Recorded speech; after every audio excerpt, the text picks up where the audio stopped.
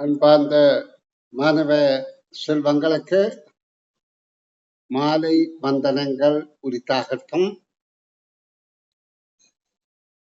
நீங்கள் அடுத்து கொஞ்ச நாட்கள்ல உங்களுக்கு அரச பரீட்சை எதிர்கொள்ள இருக்கிறீர்கள்.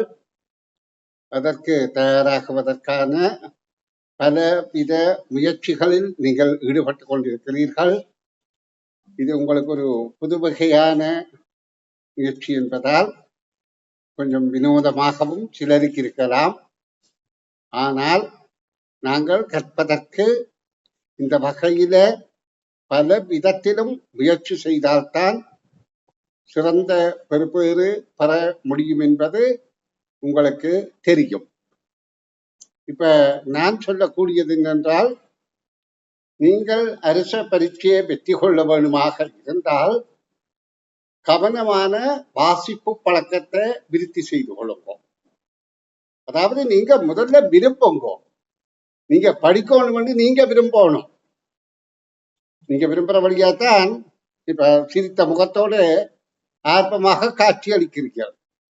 ஆனால் இப்ப என்னென்றால், பெரியவர்களுக்கும் சிறியவர்களுக்கும் உள்ள வித்தியாசம் படிக்கிறதுல, பெரியவர்கள் இதனை ஒரு சீரியஸாக, அதாவது பெரிய விடயமாக கருதுவதால அவர்களுக்கு ஒரு மனதில பயம் உண்டாகும். அந்த பயம் அவைக்கு ஒரு தடையாகவும் போயிடும். ஆனா நீங்கள் சின்ன பிள்ளைகள், உங்களுக்கு இது ஒரு விளையாட்டு நிகழ்வு மாதிரிதான் நீங்க கருத்துறது. அதாவது உங்களுக்கு அவ்வளவு பெரிய பயம் இல்லை. உங்கள யாருக்கு பயமுண்டா, உங்களுடைய அம்மா அப்பா தான் கூட பயப்படுவீங்க. அப்ப அவே எங்கே பயப்பட நீங்கள் இதை ஒரு விளையாட்டாகத்தான் கருதுவீர்கள். ஆனால் இந்த பரீட்சை விளையாட்டு பரீட்சை இல்ல பிள்ளைகளே. ஏனென்றால் உங்களுக்கு நீங்க குழந்தைகளாக இருக்கிற நீங்க 10 வயது பிள்ளைகள் தான். ஆனா உங்களுடைய எதிர்காலத்தை இந்த பரீட்சை நிச்சயமாக நிர்ணயிக்க போகுது. எந்த வகையில் என்றால், நீங்க இந்த 5ஆம் ஆண்டு புலமை பரிசு பரீட்சையில நல்ல பெறுபேறு எடுத்தால்தான் உங்களுக்கு நீங்க படிக்கக்கூடிய பிள்ளை என்ற அங்கீகாரம் கிடைக்கும். நீங்க எடுக்க இல்லை என்றால் ஏதோ ஒரு சலப்பை சொல்லி அதை சமாளித்து போட்டு போயிடுவீங்க. ஆனால் உங்களை பற்றி மற்றவர்களுக்கு ஒரு அபிப்பிராயம் மனதில் தோன்றிவிடும். இந்த பிள்ளையாரு அவ்வளவு இயலாது முடியாது என்ற மாதிரி கருத்து வந்துவிடும். அப்போ உங்களை அவர்கள் கருதுவது மட்டுமல்ல, உங்களுக்கே உங்களுடைய நிலைப்பாடு ஒரு கேள்விக்குறியா போயிடும். என்னால படிக்க முடியாது போல, மற்ற பிள்ளைகள் என்னோடு சேர்ந்து அந்த பிள்ளை கூட மார்க்ஸ் எடுத்திருக்கு, இந்த பிள்ளை கூட மார்க்ஸ் எடுத்திருக்கு, நான் குறைய மார்க்ஸ் எடுத்திருக்கிறேன், அப்ப நான் கொஞ்சம் படிப்பில குறைவுதான் என்று சொல்லி உங்களோட மனதிலே ஒரு தாழ்வு மனப்பான்மை அது தானாக வந்துவிடும். யாரும் உருவாக்குறதல்ல, நீங்களாகவே அப்படி நினைச்சு உங்களை உருவாக்கி போடுவீங்க. அப்ப அந்த நிலைக்கு போகாம நீங்க உங்களை வெற்றிகரமாக எதிர்கொள்ள வேணுமாக இருந்தால், நீங்க ஒரு அதாவது உங்களுடைய தொடர்ச்சியான படிப்பு சிறப்பாக இருக்கணும் என்றால் நீங்க கொஞ்சம் கவனமா படிக்கணும். இப்ப கொஞ்ச நாள் தான் இருக்குது. அப்ப இந்த நாளுக்கு நீங்க செய்கிற முயற்சி நிச்சயமாக பலன் தரும். விட இந்த நாளும் கடந்து போச்சு. நீங்க அதை பத்தி கவலைப்பட்டு வேலை இல்லை. நீங்க படிச்சுத்தானே இருக்கிறீர்கள், பாடசாலை போறீர்கள், படிக்கிறீர்கள், முயற்சி செய்கிறீர்கள், ஓகே, அதுல பிரச்சனை இல்லை. ஆனால் இனி இருக்கப்பட்ட கொஞ்ச நாளும் கூடிய கவனம் எடுத்து படிப்பீர்களா இருந்தால் உங்களுக்கு நல்ல பெறுபேறு கிடைக்க நல்ல சந்தர்ப்பம் கிடைக்கும் என நான் என்னுடைய கருத்துல சொல்றேன். இப்ப என்னை பொறுத்தவரையில நான் உங்களுக்கு கற்பிக்கிறது ஒரு சேவை மனப்பான்மை, என்னுடைய மனம் திருப்தி அடைவதற்கு நான் இதால சந்தோஷப்படுறேன். என்ன வகையில் என்றால், நான் கற்பிக்க நீங்க படிக்கிறீர்கள், நீங்கள் படிக்கிறதால நான் திருப்தி அடைகின்றேன். இதுக்குத்தான் நான் படிப்பிக்கிறேன். அப்ப நான் இந்த சேவையில குறைவிட மாட்டேன். ஆனா நீங்க படிக்கிறது உங்களுக்காக. அப்ப நீங்கள்லாம் உங்களுடைய கர்சனையில நீங்க படிக்கணும். இப்ப நான் என்ன செய்யணும் என்றால், இது சார்பாக அரச பரீட்சைகள்ல கடந்த கால பரீட்சை வினாக்களை எல்லாம் பார்த்து எதை பிள்ளைகளுக்கு இப்ப ஊட்ட வேணும் என்று நினைத்து நான் அப்ப கேள்விகளை தேடி எடுத்து அந்த கேள்விகளுக்கு சின்ன சின்ன காணொலிகளாக, ஏன்னு சொன்னா நீண்ட நேர காணொலி என்றா பார்த்து கொண்டிருக்க எல்லாருக்கும் சரி வராது. யூடியூப்ல அப்லோட் பண்ணி கொண்டிருக்கிறேன், பதிவேற்றம் செய்கிறேன். எதுக்காக? பயன்பெறுங்கோ என்பதற்காக. அப்ப அதை நீங்க பயன்படுத்தி பயன்பெற முயற்சிக்க வேண்டும். நீங்க அதுல சில வேளை உங்களுக்கு வசதி இல்லாம இருக்கலாம், அல்லது சோம்பல் தரம் இருக்கலாம், அல்லது வேற வேலைகள் நிறைய இருக்கலாம். ஆனா கொஞ்ச நேரத்தை அதுகள்ல நீங்க செலவழிப்பீரா இருந்தா அதன் பலன் நிறைவாக இருக்கும். சரி, நான் இந்த கிட்டத்தட்ட 10 சின்ன காணொலிகள் 2 நிமிடம் 3 நிமிடத்துக்கு போட்டிருக்கிறேன். அது என்னத்தை வைத்து போட்டேன்னா, 2002ஆம் ஆண்டு பரீட்சைத்தாள்ல இருந்து 2002, 2003, 2004 இந்த 3 வருடங்கள்ல ஒரு 16 வினாக்களை தெரிவு செய்து அந்த வினாக்களை விட காண்ற விளக்கத்தை தெரிவிச்சிருக்கிறேன். என்ன காரணம் என்றால், நான் இப்ப 16 வினாவை தெரிவு செய்திருக்கிறேன். அந்த 16 வினாக்கள்ல கிட்டத்தட்ட 6 வினாக்கள் பிறகு வேற ரூபத்துல பிந்தி வந்த காலங்கள்ல எக்ஸாம்ல வந்திருக்கிறது. அப்ப இப்ப வர எக்ஸாமிலையும் அந்த ஆதார கருத்தை கொண்டு வினா அமைய முடியும். இப்ப அதுதான் வருமென்று நான் அப்படியே சொல்ல மாட்டேன். அதை நன்றாக விளங்கி கொண்டால் நீங்க எதிர்காலத்துல எதிர வரப்போற எக்ஸாமில கேள்விகளுக்கு விடையளிக்க முடியும். அப்ப உங்களுக்கு அதை பார்க்க நேரம் இருப்பது கொஞ்சம் குறைவாகத்தான் இருக்கும். இப்ப நீங்க பாடசாலை போகணும், காலையில வரணும், டியூஷனுக்கு போகணும், விளையாட வேணும், சாப்பிட வேணும், அப்படி என்று பொழுதுபோக்கு இப்ப சாப்பிடுறது, இப்ப படிக்கணும். அப்ப நேரம் உங்களுக்கு பத்தாதான். ஆனால் உங்களோட பெற்றோர் உங்களுக்காக கொஞ்ச நேரத்தை இதுல விஜயம் செய்யலாம். அவை கொஞ்சம் அக்கறையாக மாறணும். அதான் நான் சொல்றேன். உங்களுடைய அம்மா அப்பாவோட முயற்சியில தான் உங்களுடைய வெற்றி தங்கி இருக்கு. அதுக்காக அம்மா அப்பா படிக்கிறே இல்லை, நீங்க தான் படிக்க வேணும். அம்மா அப்பா உங்களுக்கு சொல்லித்தர வேணும். இதை நான் எதிர்பார்க்கிறேன். என்னோட நானும் என்ற பிள்ளைகளுக்கு நான் தான் படித்து தரேன். நான் ஆசிரியர் என்ற ரீதியில மட்டுமல்ல, என்ற பிள்ளைக்கு அக்கறையில படிப்பித்தனேன். அப்ப அந்த அதாவதுதான் அவர்கள் உயர்ந்த நிலை அடைந்து நல்லா இருக்கிறார்கள். இப்ப நீங்களும் அதே போல உயர்ந்த நிலை அடைய வேண்டுமாயிருந்தார். இந்த பிள்ளைகள் எல்லாம் நல்ல உயர்ந்த நிலையில இருக்கிறார்கள். அதே மாதிரி நீங்களும் உயர்ந்த நிலை அடைய வேண்டுமாக இருந்தால் உங்களோட பெற்றோரின் பங்களிப்போடு நீங்கள் முயற்சி செய்யுங்கள் என்று கூறிக்கொண்டு நான் வகுப்புக்களை நுழைகிறேன். ஏனென்றா நீண்ட நேரம் கதைக்கிறதுல அர்த்தமில்லை. இப்ப உங்களுக்கு நான் கற்பிக்க போற விடயம் 2002ஆம் ஆண்டில இருந்து 2004, 2, 3, 4ஆம் ஆண்டு வரையிலான வினாக்களுக்கு விடை காணுகின்ற விளக்கங்கள் உங்களுக்கு கற்பிக்க போறேன். அப்ப நீங்க நான் கற்பிக்கிற விடயங்களை தெளிவாக விளங்கிக் கொள்ற பட்சத்துல நீங்க அரச பரீட்சையை வெற்றி கொள்ள முடியும் என நான் ஓரளவுக்கு நம்புறேன்.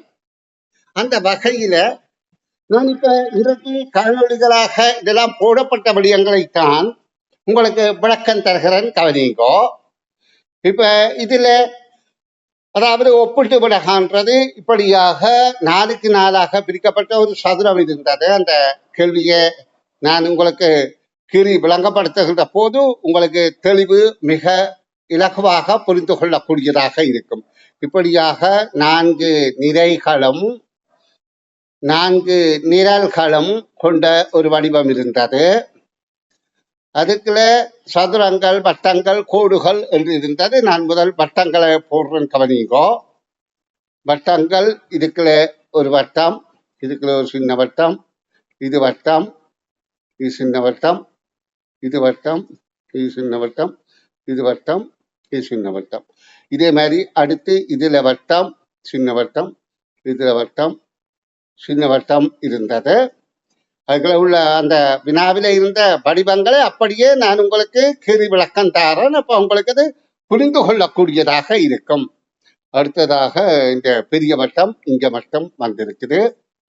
இனி சதுர அமைப்புகள் இருந்த இடங்கள்ல வேற இந்த வட்டம். சரி, சதுர அமைப்புகள் இருந்த இடங்களுக்கு நான் சதுரங்களை போடுறேன். இது ஒரு சதுரம், இது ஒரு சதுரம், இப்படியாக இருந்தது. இனி சதுரத்துக்கு கோடாக இப்படி இருந்தது. இதுல இப்படி மற்றது இப்படி, அதுக்குள்ள கோடு இருந்தது, அதையும் போட்டு வர்றேன். இந்த சதுரத்துக்கு கோடு இப்படி இருந்தது. இதுல இப்படி கோடு இருக்குது, மற்றது இப்படியாக கூடியிருந்தது. மற்ற இதே வட்டத்துக்கு கூடாக இதுல இருந்தது. இப்ப இந்த அடைப்புகளுக்கு பெருமானங்கள் தரப்பட்டது. இதுக்கு 10 கூட்டுத்தொகை, இதுக்கு 6, இது 6, இது 7, இது 9. இதுதான் கேள்விக்குறி. நாங்க கண்டுபிடிக்க வேண்டியது இது 7, இது 4. அப்ப இது கிட்டத்தட்ட பிரதியீடு சார்பான வினா.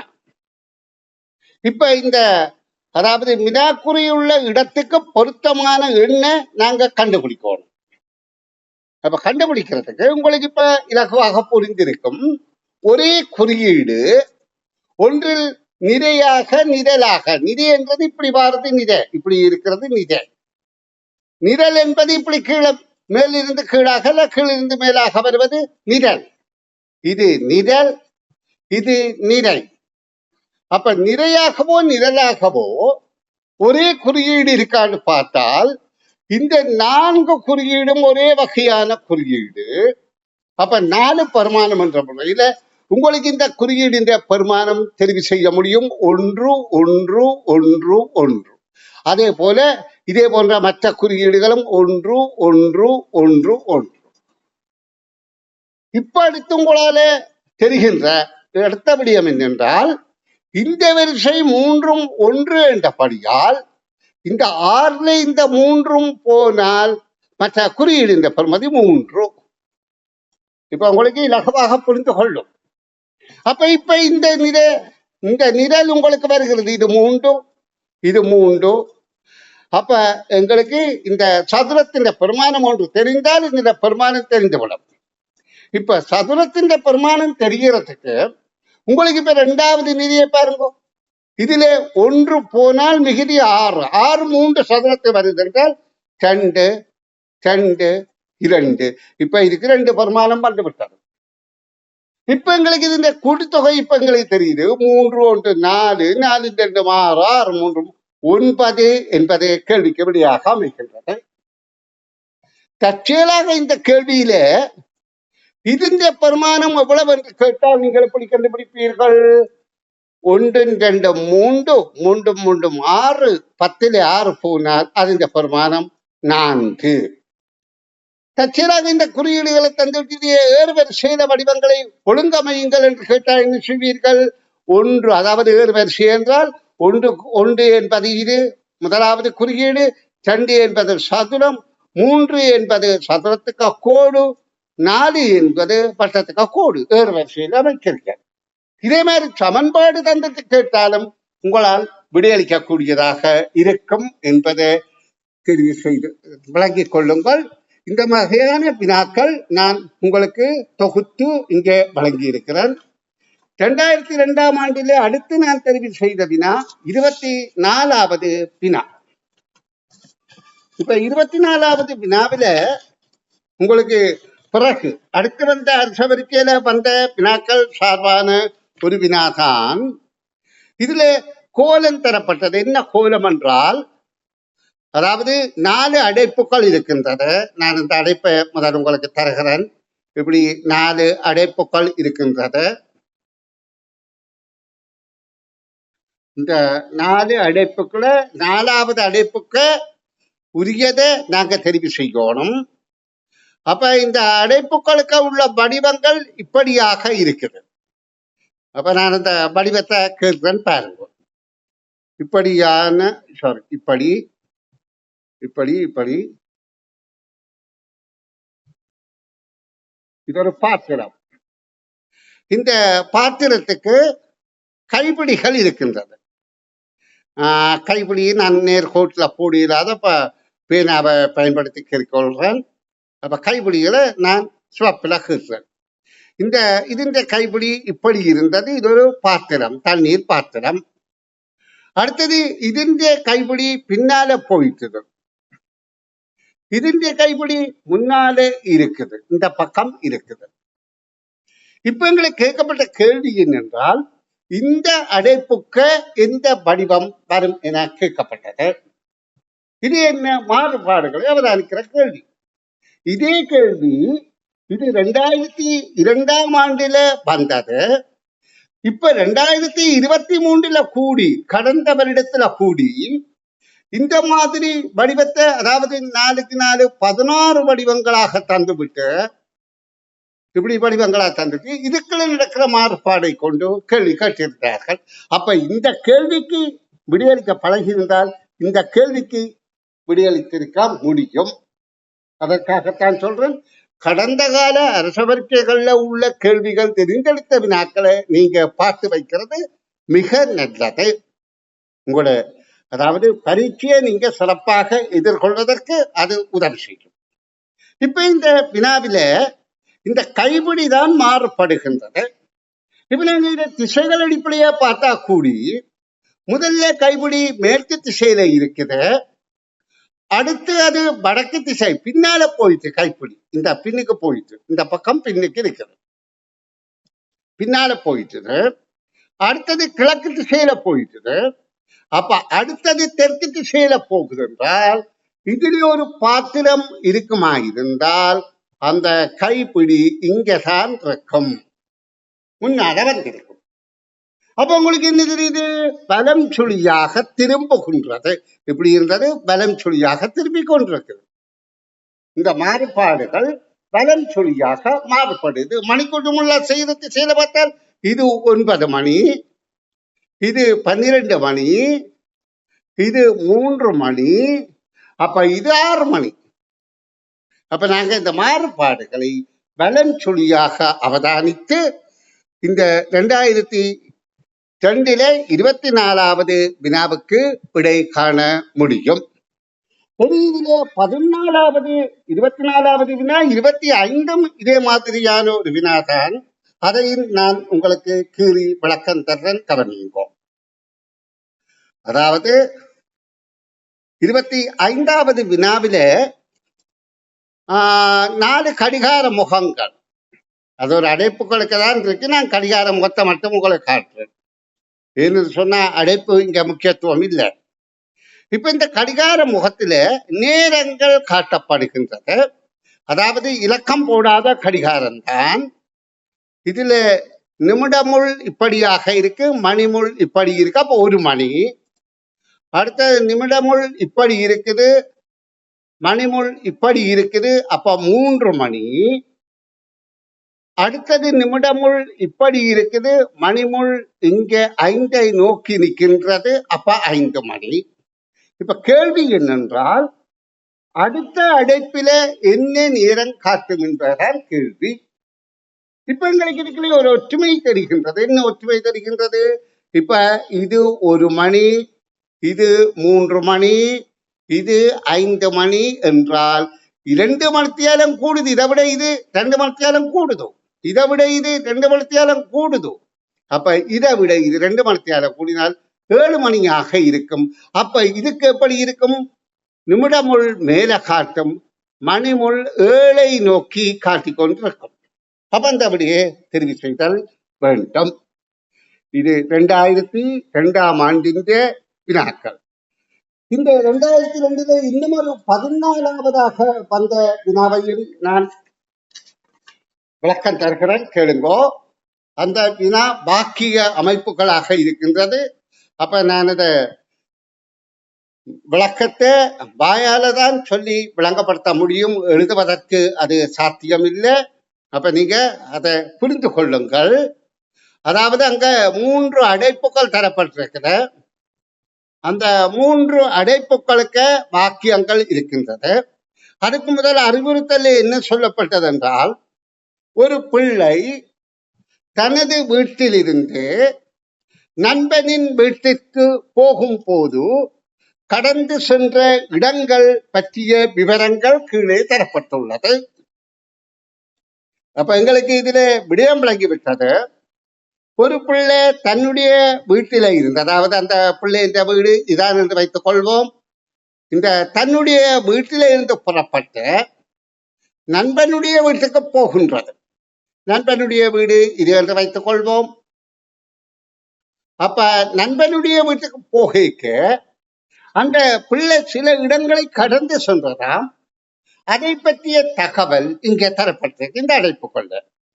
அதை கொண்டு நாங்கள் இறுதியாக என்ன கேட்கப்படுது என்றால், இந்த பிள்ளையின் வீட்டில இருந்து அண்மையில இருப்பது எது, தூரத்தில இருப்பது எது? அதாவது இது பிள்ளைன்ற வீடு, இது நண்பனின் வீடு.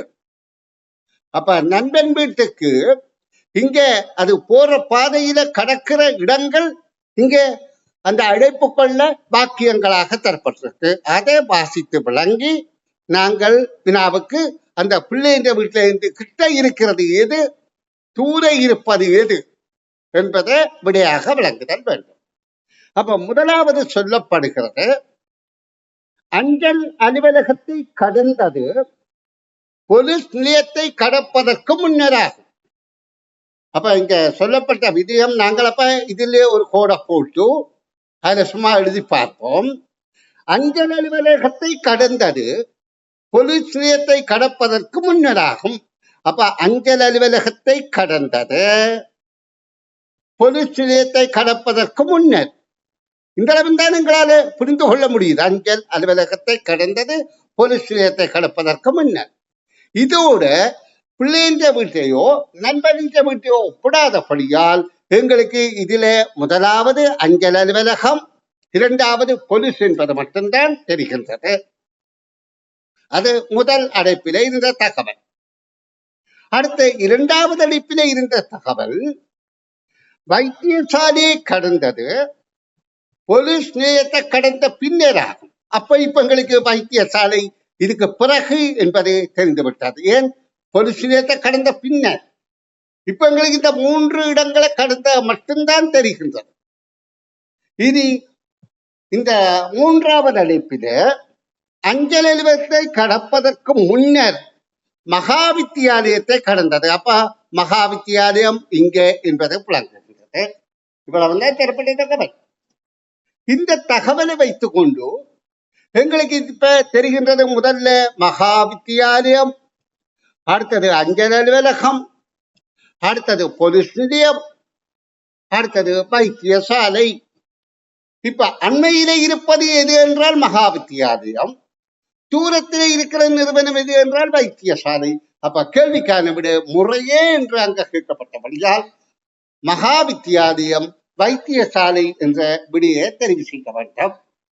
அப்ப இங்க நாங்கள் என்னத்தை பின்பற்றி, இந்த வாக்கியங்களை பின்பற்றித்தான் விட கண்டுபிடித்தோம். இதே தகவல் பிள்ளைகள் பிறகு அடுத்தடுத்த வருஷ எக்ஸாமில, அதாவது 1/3 தூரம், அரைவாசி தூரம் என்ற அடிப்படை கருத்தோட பங்குகளாக கேள்விகள் வந்திருக்கு. நான் அது இனி உங்களுக்கு கேள்விகளை விளங்கப்படுத்துற போது உங்களால புரிந்து கொள்ள முடியும். அதாவது இது 2002ஆம் ஆண்டுல கேட்கப்பட்டது. 2002க்கு பிறகு இதே அடிப்படை கருத்தை வைத்து வினாவப்பட்டது. இப்ப நான் எதற்காக இதை உங்களுக்கு மீள சொல்கிறேன் என்றால், இவ்வளவுக்கு கடந்த கால அரச பரீட்சை வினாத்தால் முக்கியம் என்பதை புரிந்து கொள்ளுங்கோ. தேவையில்லாம அதிகமான சுமையை மண்டையிலே ஏற்றி கொள்ளாம தேவையானதை கற்றுக்கொள்வது உங்களுக்கு நல்ல பலனை தரும் என நான் கூறுறேன். இனி இந்த 2002ல 10வது வினா ஒன்று வந்தது. அந்த வினாவையும் விளக்கம் தருகிறேன் பாருங்க. இது 2002ஆம் ஆண்டு பேப்பர் தான். இப்ப நான் உங்களை விளக்கப்படுத்துறேன். இதுல 10வது வினா, அதாவது அந்த பேப்பர்ல வந்த 10வது வினாவை நான் வாசித்து விளக்கம் தருகிறேன், கேளுவோம். பசியினால் வாடிய நரி ஒன்று இறை தேடி செல்லும் போது, சரி அந்த 10வது இல்ல 11வது வினா, 10வது இல்ல, இது அதே போன்றதான் 11வது வினா தான் நான் உங்களுக்கு அந்த இதுல யூடியூப் இதுல அப்லோட் பண்ணி இருக்கிறேன், அதாவது பதிவேற்றம் செய்திருக்கிறேன்.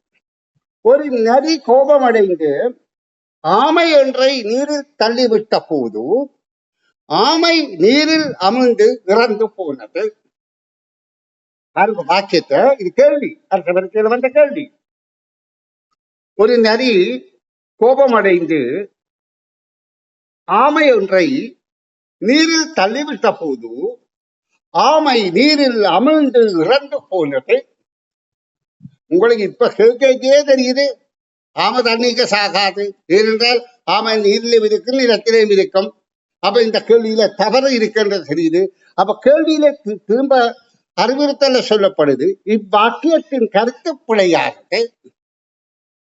பிழையான வாக்கியத்தின் கருத்து பிழையாவதற்கு காரணமான விடயம் எது என்று கேட்கப்படுகின்றது.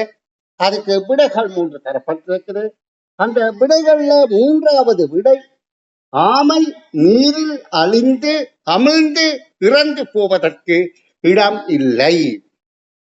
அதாவது ஆமை நீரில் அமிழ்ந்து இறப்பதற்கு இடம் இல்லை என்பது அதற்கான விடை. அப்ப உங்களுக்கு நான் முந்தையே சொல்லி இருக்கிறேன், வாக்கியத்தில 3 தவறுகள் வரலாம். ஒன்று எழுத்து பிழை, அடுத்தது கருத்து பிழை, அடுத்தது சொல் இலக்கண பிழை. அப்ப வாக்கியம் என்றால் உங்களுக்கு சொன்ன ஒரு கருத்தை கூறுவதான் வாக்கியம். ஒரு கருத்தை ஏதாவது ஒரு விடயத்தை கூறுவதான் வாக்கியம். அப்ப வாக்கியத்தை கேட்ட உடனே எங்களுக்கு மனதிலே ஒரு கருத்து நிலையாகுது. அப்ப இந்த வாக்கியத்தை கூற எழுவது எழுவாய், கூறி முடிப்பது பயனிலை, கூறப்படுவது செயற்படு பொருள் என்று சொல்லி தந்தான். இப்படியான வாக்கியங்கள்ல எழுவாய் பயனிலை இயல்பு திருத்தமாக இருக்கத்தான். எழுவாய் பயனிலே சரிப்பிள்ளை பாருங்கோ, மற்ற கட்டுரை ஆக்கத்திலே எழுவாய் பயனிலே இயல்பு திருத்தமாக இருக்கணும் என்று கேள்விகள் கேட்பார்கள். அப்ப இந்த எழுவாய் பயனிலே என்னத்தை தவறு ஏற்படலாம் என்றால், எழுத்துக்கள்ல பிழை இருக்கக்கூடாது. அது வாக்கியம் முழுக்கவே எழுத்து பிழை இருக்கக்கூடாது. அது கருத்தை மாற்றிவிடும்.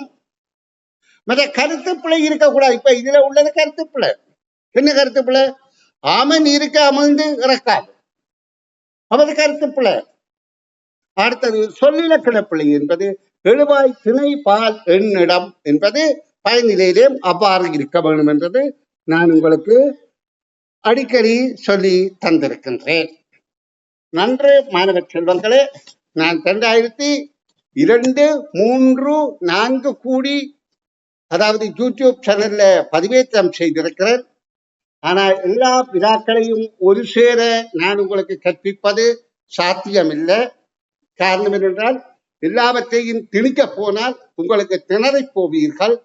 அப்ப நீங்கள் உங்களோட முயற்சியால அந்த காணொலிகள் யூடியூப்ல நான் போட்டிருக்கிறேன், அதை அம்மா அப்பா பார்க்கட்டும், பார்த்து விளக்கம் தரட்டும். ஆனா நான் இந்த வகுப்புகள்ல அடிக்கடி இப்படி நான் போடுற வினாக்கள்ல ஒரு சில தெரிவு செய்து உங்களுக்கு விளக்கம் தந்து கொண்டிருப்பேன். இனி நாங்கள் நாளை காலைய வகுப்பிலே சந்திப்போம். ஓகே, பாய் பாய்.